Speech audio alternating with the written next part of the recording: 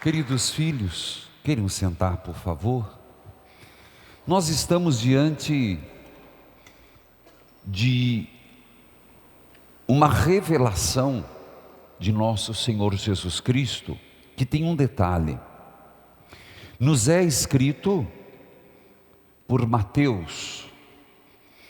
Mateus, um dos apóstolos, que teve por objetivo no seu evangelho, quando escreveu o evangelho, escrever direcionado aos judeus que se converteram ao cristianismo.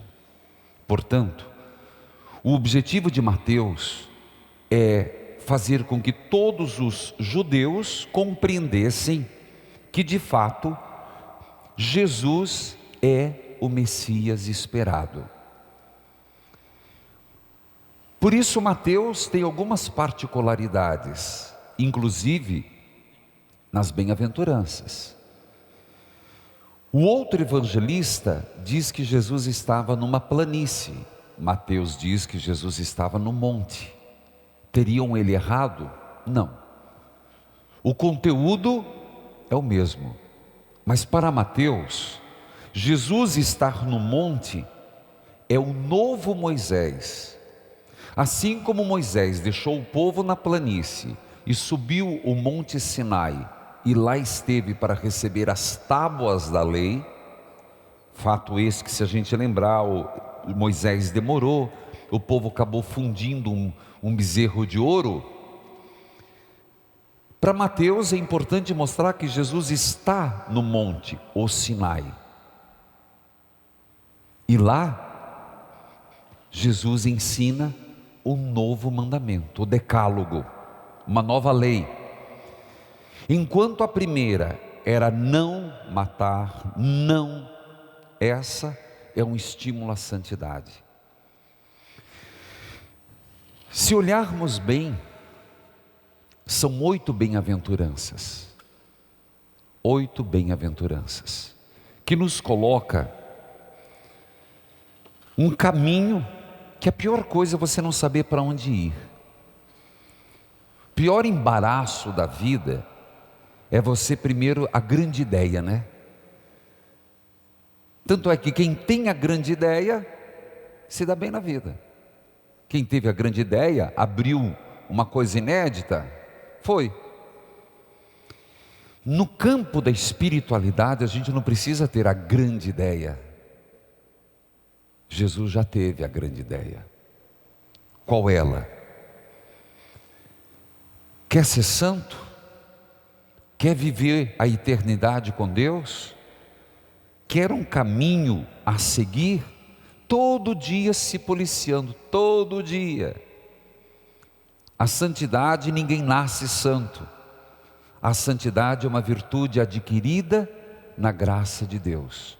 Ninguém nasce santo, salvo Jesus e Nossa Senhora, mas é um caso à parte, são fora da curva, né? Vamos assim dizer. Estou falando de nós, pobres mortais, ninguém nasce santo. Nesse contexto, todo dia é um policiar-se. Tem épocas que a gente está mais voltado para as coisas de Deus, tem época que a gente está menos, tem hora que o capetinha está mais perto e hora que o capetinha está mais longe. Por isso a gente tem que todo dia se colocar. E aqui está um bom caminho. Pobreza de espírito. A gente pensa que a santidade é algo inatingível, que é super-humano, além da natureza. Olha como é simples. Pobreza de espírito. Não é pobreza do espírito no sentido negativo, é desapego. Pobreza de espírito faz uma pessoa ser malévola, faz uma pessoa ser o capeta em vida. E tem gente má, tem muita gente má. No rádio você escutou hoje. Como é que pode uma mãe fazer macumba para a filha? Vá catar coquinho. Que mãe desnaturada. Eu fiquei impressionado. Mas não é só isso não. Existe muita gente má que a gente vai descobrindo aos poucos. Pobreza de espírito, desapego. Sei viver na riqueza, sei viver na pobreza. Bem-aventurados os aflitos. Como pode ser bem-aventurados os aflitos? Aflitos é aqueles que não se encontram felicidade nesse mundo. A aflição é um grau de instabilidade, de insatisfação dos que só encontram alegria em Deus. Esse é o sentido da aflição. Porque é uma verdade, se por acaso a gente colocar as nossas afeições no mundo, o nosso coração fica onde está nosso tesouro.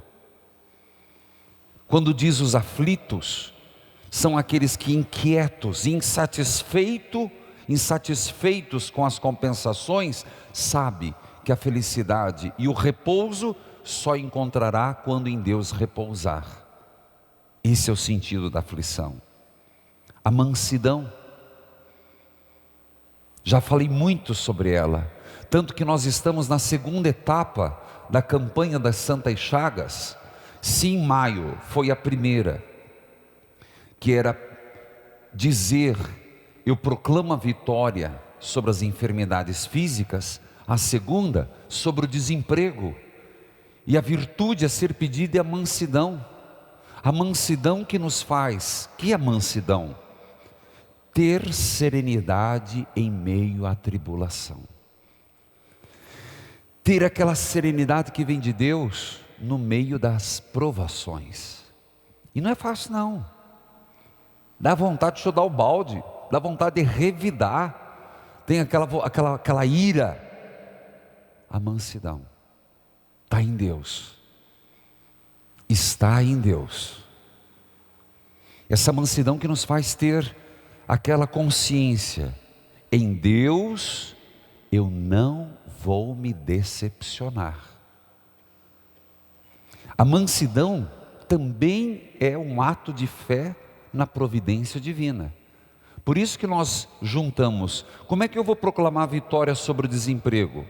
Se eu tenho consciência e confiança de que Deus provê, Deus proverá. Aí eu posso ser sereno.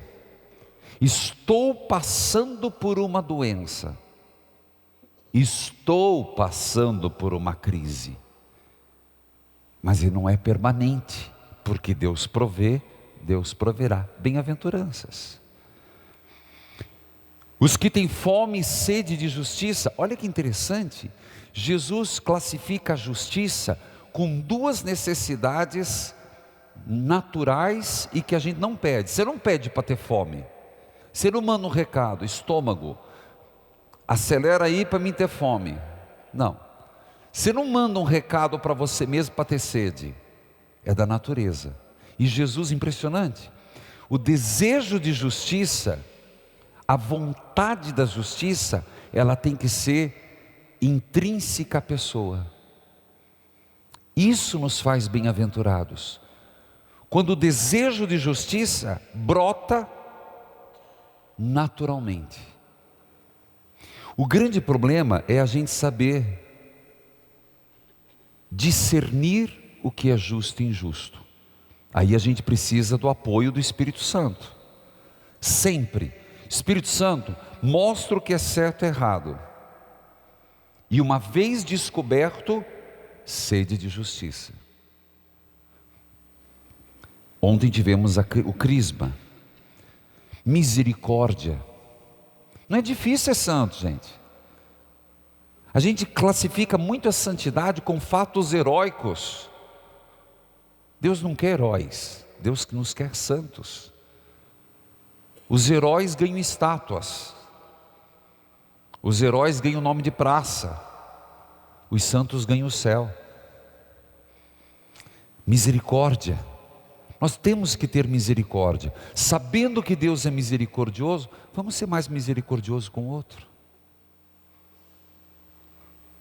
Depois, promover a paz. Você percebe que é um exercício constante, eu promover a paz. Eu fiz o Fé em Debate sábado. Hoje o Salmo. Senhor, quem poderá estar na sua casa? Quem fala com sinceridade o que pensa e não calunia seu irmão. Quem não causa intriga aos seus vizinhos. Salmo 15. Promover a paz. A verdade promove a paz. Depois, não ter medo de ser perseguido por causa do reino. Padre, como é que eu vivo isso? É muito difícil. A primeira leitura de um profeta maravilhoso. Profeta Arthur Limbegot. Jesus me chicoteia. Você lê mal o texto, filho? Você só errou o nome da fonte, mas do resto leu bem. Como é que é o nome do profeta, gente? Elias. Não é culpa sua, é difícil a pronúncia, porque é Carite. A fonte do Carite. Não entendi nada, padre. É fácil. Elias estava sendo perseguido. Elias comeu o pão que Jezabel amassou, o diabo. Porque o diabo tem vários nomes, né? Um é Jezabel, e você pode colocar hoje tem uns nomezinhos. Eu tenho uns na minha cabeça que apareceu. E ele sofreu. O que é que Deus mandou fazer? Elias, vai na fonte do Carite. Beba desta fonte, fique lá repousando. Eu mandarei os corvos e os anjos para te dar de comer. O que me veio enquanto eu escutava o texto, que para sermos bem-aventurados não é fácil. Causa fadiga, causa estresse, causa problemas. Então nós precisamos descobrir qual é a nossa fonte do Carite. Não é do Caribe, nem do bonito que vocês foram. Carite, a fonte onde eu posso repousar. Repito, primeira leitura, e é lindíssima. Convido-os a lerem no momento oportuno. Livro dos Reis, capítulo 17. Vá ao Carite, na frente do Rio Jordão. Num Padre Missão, vou lá. Lá você vai beber dessa fonte. Os corvos lhe darão alimento. Elias foi, fez o que o Senhor mandou, foi morar na torrente do Carite, de fronte do Jordão, e os corvos traziam pão e carne, tanto de manhã como à tarde, e ele bebia desta fonte. Ora, se você raciocinou comigo e não estiver pensando no que vai almoçar, repito, atentos, vamos ver se vocês conseguem pegar.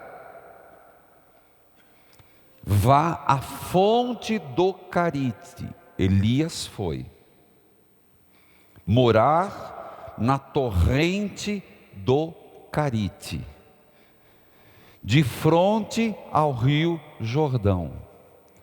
Os corvos lhe trazia pão e carne, tanto de manhã quanto à tarde, e ele bebia da fonte da torrente. A fonte do Carite bebia, o corvo trazia pão e carne. Do lado de nosso Senhor saiu água e sangue. Eucaristia, batismo, água, carne. Ora, então eu e você temos a fonte do Carite. Nós não precisamos ir para Israel. Nós não precisamos ir no Jordão. Nós temos a fonte do Carite, onde nós podemos repousar em cada missa, em cada Eucaristia. Se para Elias